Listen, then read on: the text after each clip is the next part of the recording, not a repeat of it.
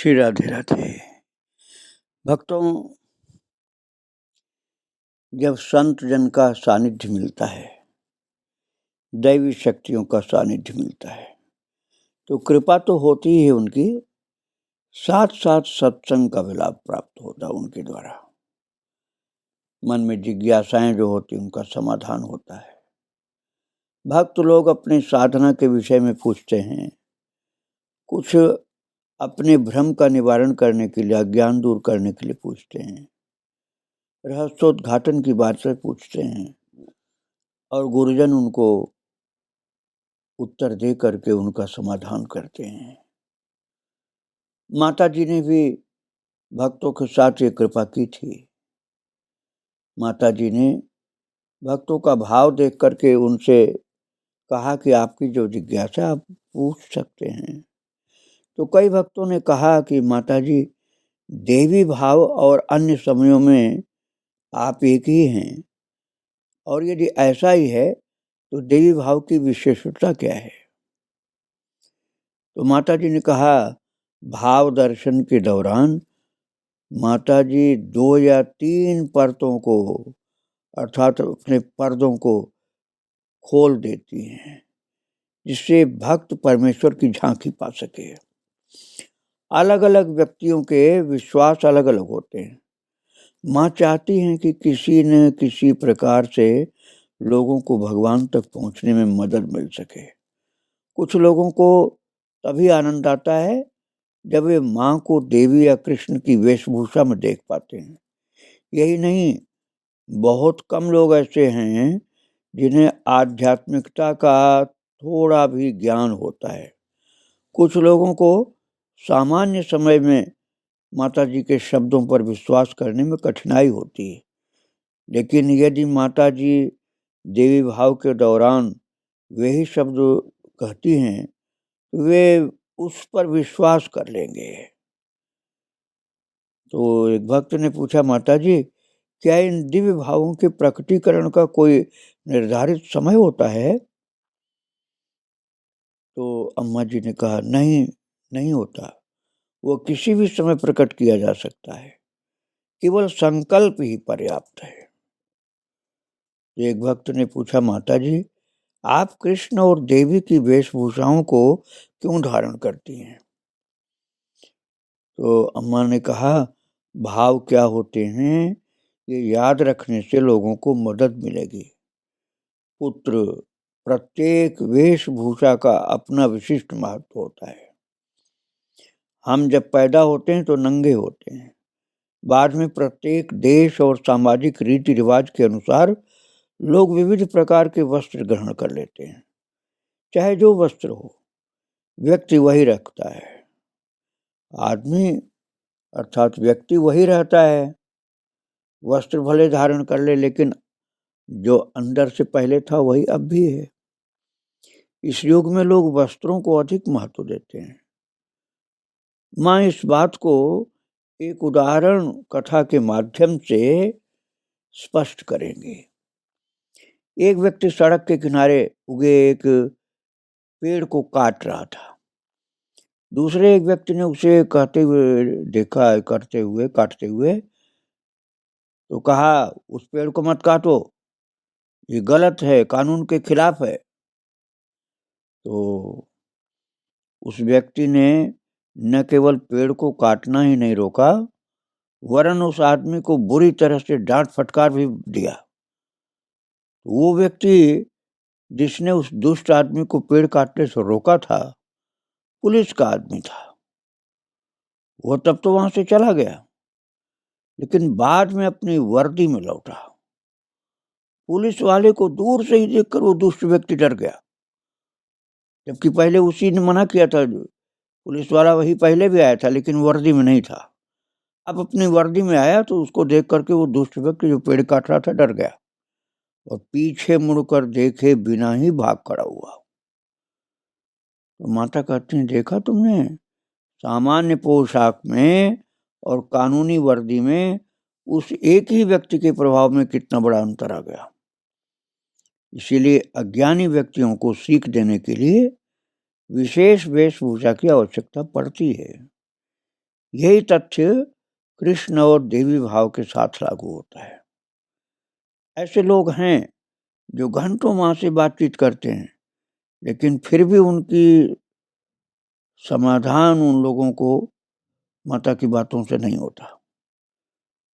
किंतु वे ही लोग भाव दर्शन के दौरान कुछ क्षणों तक ही में माँ से थोड़ी सी बात करते, समाधान, थोड़ी सी वार्तालाप करते हैं और उनको पूर्ण समाधान प्राप्त हो जाता है। भाव दर्शन के दौरान वैसे नहीं होता है। उस समय उनके समझ में आ जाता है कि देवी माता ये बोल रही है या भगवान श्री कृष्ण बोल रहे हैं। भगवान से प्रत्यक्ष रूप से अपनी सारी चिंताएं, समस्याएं कह डालने से उन्हें शांति मिलती है। सभी अवतार अपने आप में अभूतपूर्व हैं। ये कोई नहीं कह सकता है कि कृष्ण राम से अधिक महान थे या कि राम बुद्ध से भी अधिक महान थे। प्रत्येक को अपना अपना अवतार कार्य संपन्न करना था और प्रत्येक ने मानवता के अभ्युत्थान के लिए उपयुक्त भिन्न भिन्न मार्ग अपनाए। लेकिन उसका तात्पर्य नहीं हुआ कि उनका जीवन दर्शन भिन्न भिन्न था।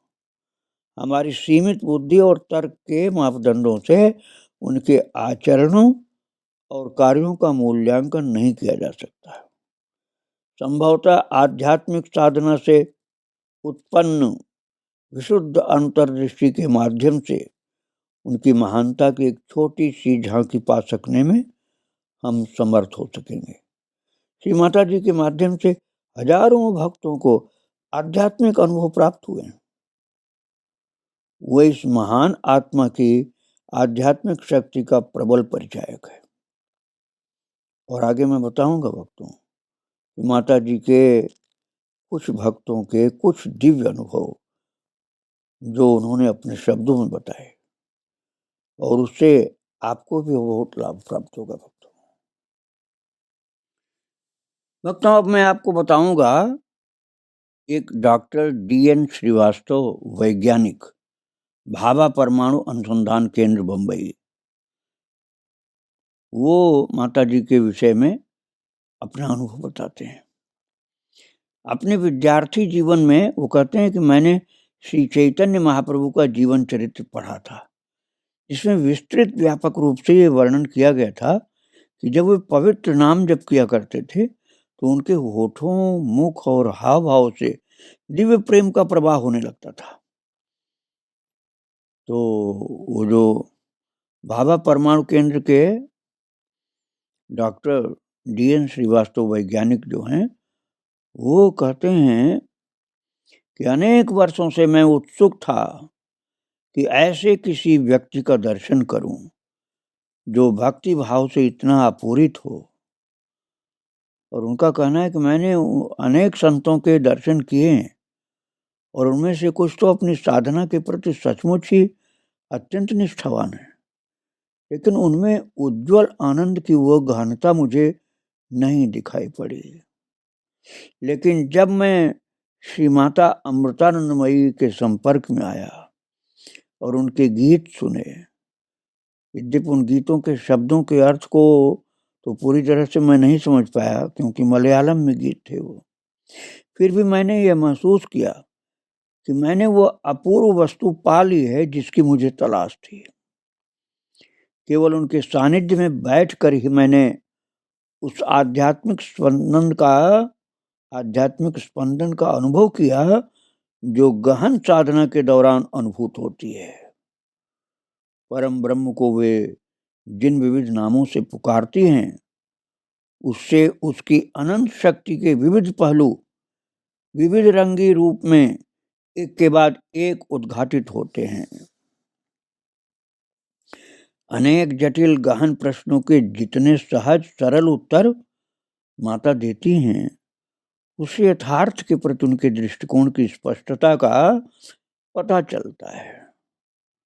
उनके सहज प्रवाहित शब्द हमारी अंतः प्रज्ञा को जैसे पंख प्रदान करते हैं, जिससे वह अंतः प्रकाश के उस विश्व में उड़ान भरने लगती है जहाँ कोई शंका दुविधा नहीं रह जाती है। पाखंड और बनावट के इस युग में भी निष्ठावान साधकों की संख्या कम नहीं है, लेकिन माता अमृतानंदमयी तो विश्व प्रेम में संपूर्ण आत्म विलय की साक्षात प्रतीक हैं और ये अत्यंत अपूर्व विलक्षण उदाहरण है। भक्तों, माता जी के एक दूसरी भक्ता की बात मैं आपको बताता हूँ। उनका नाम है शीजा। तो जिस समय की बात मैं बता रहा हूँ उस समय वो शीजा 7 वर्ष की एक बालिका थी। अब तो बड़ी हो गई होंगी, उस समय 7 वर्ष की थी।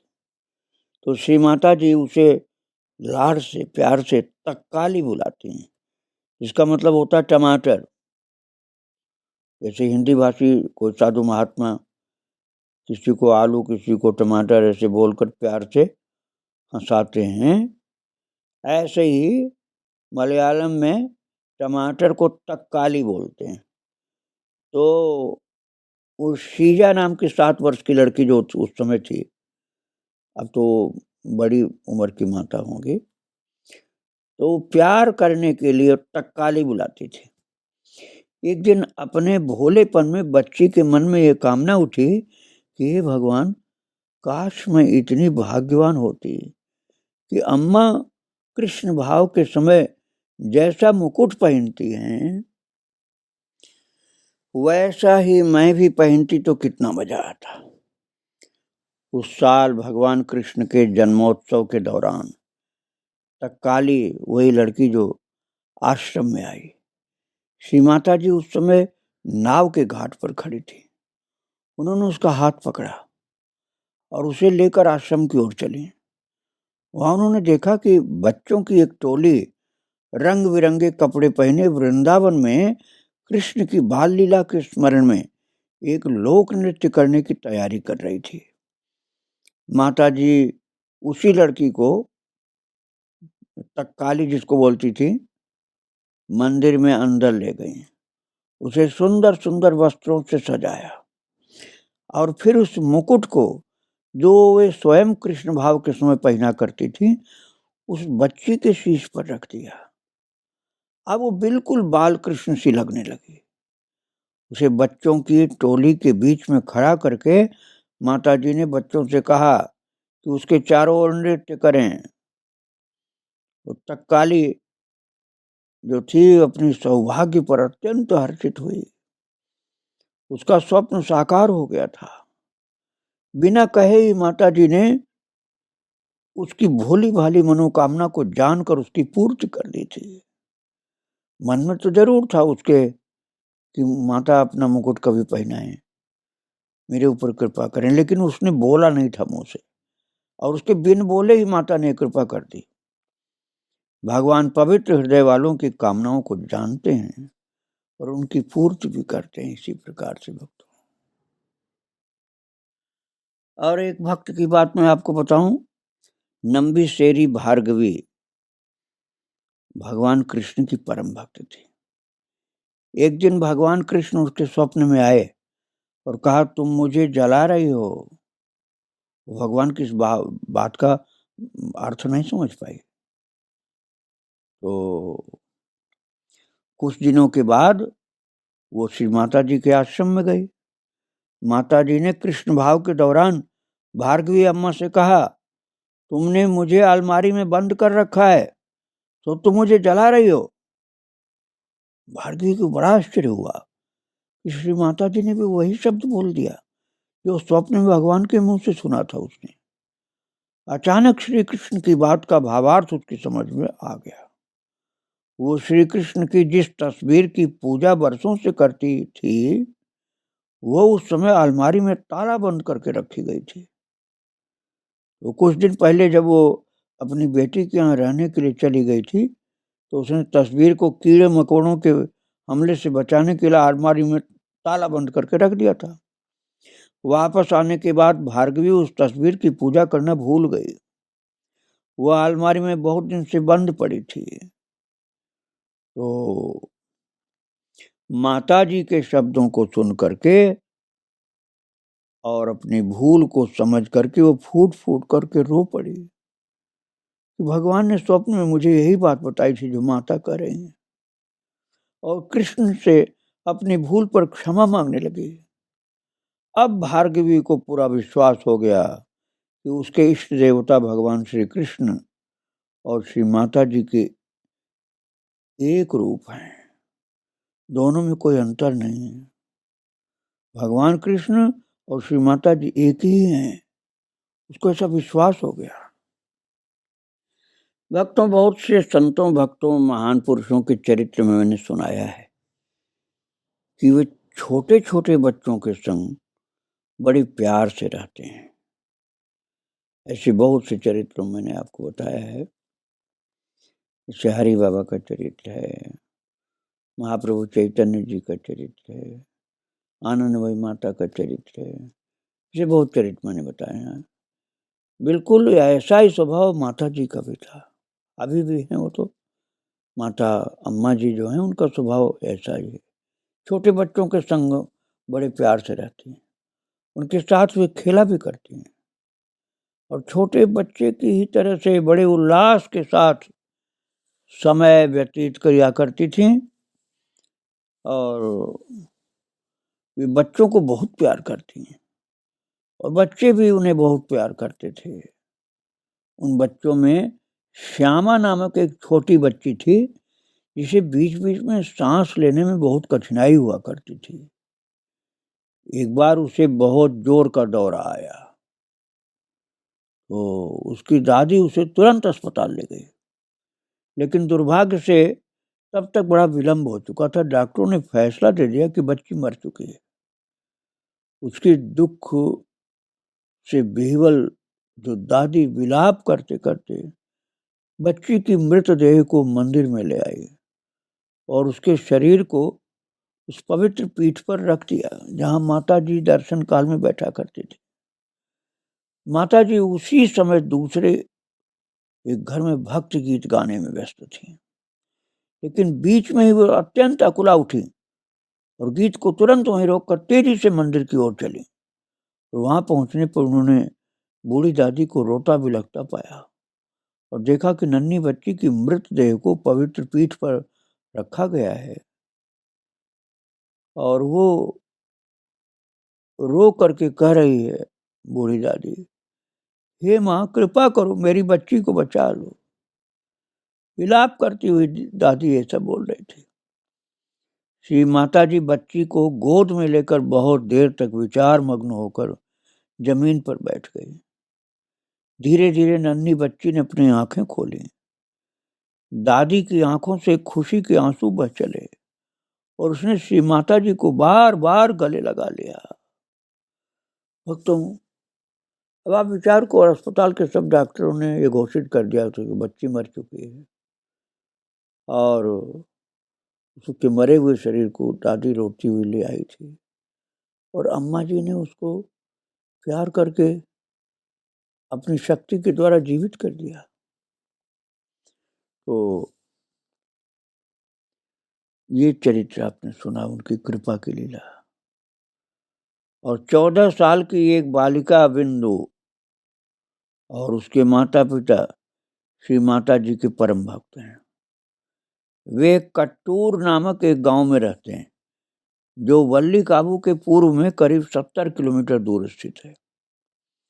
माता जी के संदर्भ में इस परिवार के अनेक अनुभव हैं। उनके अनुभव हम आप भक्तों के लिए, सबके लिए बड़े प्रेरणा के स्रोत हैं। श्री माता जी का एक भक्त माता जी के संदर्भ में इस परिवार के अनुभवों को सुनने की कामना से उनके घर गया और उसने अपनी इच्छा प्रकट की। जब बहुत जोर दिया तो बिंदु ने कहा, माता जी के भक्त बिंदु ने कहा, जब जब मैं माता जी को पुकारती थी तब तब वे मेरे पास आ जाती थी। एक दिन पिताजी और माताजी मुझे घर पर अकेले छोड़ करके वल्ली काबू गए। उस शाम के दिन की बात है, उसी शाम की बात है। घर के पूजा गृह में बैठकर माता जी की नित्य पूजा करते करते मैं रो पड़ी और मैंने माता जी से पूछा कि माँ, मैं तो लड़की हूँ, क्या इसलिए मुझे आज़ादी नहीं मिल रही है? अगर मैं लड़का होती तो बिना किसी की मदद के अकेले ही अपनी माता जी से मिलने आ सकती थी। लड़की हूँ इसलिए मुझे छूट नहीं मिल पा रही। उसके बाद जो कुछ हुआ वो अविश्वसनीय था भक्तों। वो कहती हैं बिंदु कि मैं देखकर चकित रह गई कि माता जी ठीक उनके सामने खड़ी थी। ये बात जब रो करके बोली थी कि मैं लड़का नहीं हूँ, लड़की हूँ, इसलिए आपका दर्शन नहीं मिल पा रहा, छूट नहीं मिल पा रही आपके पास आने की। उस समय माता जी बिल्कुल उस लड़की के सामने खड़ी थी, जबकि पहले वहां नहीं थी भक्तों। तो वो बिंदु कहती है कि मुझे समझने में 1-2 आप क्षण कर सकते हैं, सेकंड कर सकते हैं कि 1-2 सेकंड लग गए कि साक्षात माता जी साकार मेरे सामने खड़ी हैं। तो खुशी के मारे वो इतनी विह्वल हो गई कि माता जी से एक शब्द भी नहीं बोल पाई। वो कहती हैं कि मैं तो उन्हें प्रणाम करना तक भूल गई। ये क्या हो गया? माता जी तो सामने खड़ी हैं। इससे पहले कि कुछ बोल पाती वो अंतर्धान हो गई। जब वो बोलने के लिए तैयार हुई तो माता जी अंतर्धान हो गई। भक्तों, ऐसा बहुत से संतों के जीवन में देखने को चरित्र उनका मिलता है। जैसे काठिया बाबा, जो रामदास काठिया बाबा थे, जिनका चरित्र मैं संक्षेप में सुना चुका हूँ। आगे प्रभु की इच्छा होगी तो विस्तार से सुनाऊंगा आपको। तो रामदास काठिया बाबा अपने प्रिय भक्त संत दास काठिया बाबा को, जो उस समय बैरिस्टर थे कलकत्ता में, उनके घर में प्रकट होकर दर्शन दिए थे और फिर अंतर्धान हो गए, ये बोलते हुए वृंदावन में आना। ऐसे हरि बाबा ने एक राम स्वरूप नाम के अपने शिष्य को गाय चराते हुए कानपुर में दर्शन दिया था और फिर वो सच्चे शिष्य होकर के राम स्वरूप जी बाबा के चरण में आए और बांध पर सबसे पीछे बैठे थे और सोच रहे थे कि ये बाबा वही हैं जो मुझे दर्शन दिए थे, तो मुझे तुरंत बुलाएंगे। उसी क्षण हरि बाबा ने हाथ से इशारा करके कहा कि आगे आओ मेरे पास। फिर चरणों में लौट गए कि प्रभु आप मुझे दर्शन देने मेरे घर आए थे, नदी वो नहर के किनारे मैं गाय चरा रहा था, वहां दर्शन दिए। ऐसे ही ये अम्मा जी जो हैं, इन्होंने उस लड़की को जो कह रही थी मैं लड़की हूँ इसलिए नहीं आ पा रही, रोने लग गई थी, उसके सामने खड़ी हो गई। वो तो चकित होकर देखने लगी, मैं क्या बोलूं, तो माँ जी आ गई। और जब बोलने के लिए तैयार हुई तो माता जी अंतर्धान हो गई। प्रणाम करना तक भूल गई थी, कुछ मुश्किल से बोलना चाहती थी, तब तक माता अंतर्धान। तो आनंद तो बहुत आया उस लड़की को, लेकिन मन में यही रह गया कि न मैं चरण छू पाई, न कुछ बोल पाई, बस देखती ही रह गई मैं। लेकिन कृतार्थ माना अपने जीवन को कि मेरे माता पिताजी मुझे नहीं ले गए, लेकिन अम्मा जी यहीं आ गई मेरे पास। करुणामयी साक्षात जगदम्बा हैं वो। मेरी विनती को सुनकर के कृपा करके मेरे पास चली आई, जबकि मेरे माता पिता घर उनके आश्रम गए और वो मुझे नहीं ले गए। तो उसको दुख था लड़की को कि मैं लड़का होती तो मैं जाने में कोई बाधा नहीं होती, मैं भी जाती, लेकिन मैं लड़की हूँ इसलिए मुझे नहीं ले गए। और जब बहुत रोई तो अम्मा जी सामने खड़े, सोचती रह गई मैं क्या करूं, प्रणाम करूं, कुछ बात करूं, और आनंद से भर गई वो। बिंदु की माँ भी माता जी के संबंध में अपने अनुभवों को सुनाने के लिए उत्सुक थी। बहुत से अनुभव इन भक्त परिवार के पास था भक्तों। वास्तव में जो परिवार महान संतों से जुड़ जाते हैं ना, उनका कल्याण निश्चित होता है। और ये बिंदु का परिवार बहुत भाग्यशाली है जो अम्मा जी से जुड़ा है। अम्मा जी की संपूर्ण कृपा उनके ऊपर है। ऐसे भाग्यशाली परिवार बहुत समझदार होते हैं जो सच्चे संत के चरण शरण में रहते हैं। मैं बिंदु जी की माँ के अनुभवों के विषय में आपको सुनाऊंगा कल। आज माता को प्रणाम करके यहीं विराम दे रहा हूँ। श्री राधे राधे, जय श्री राधे राधे, जय श्री राधे।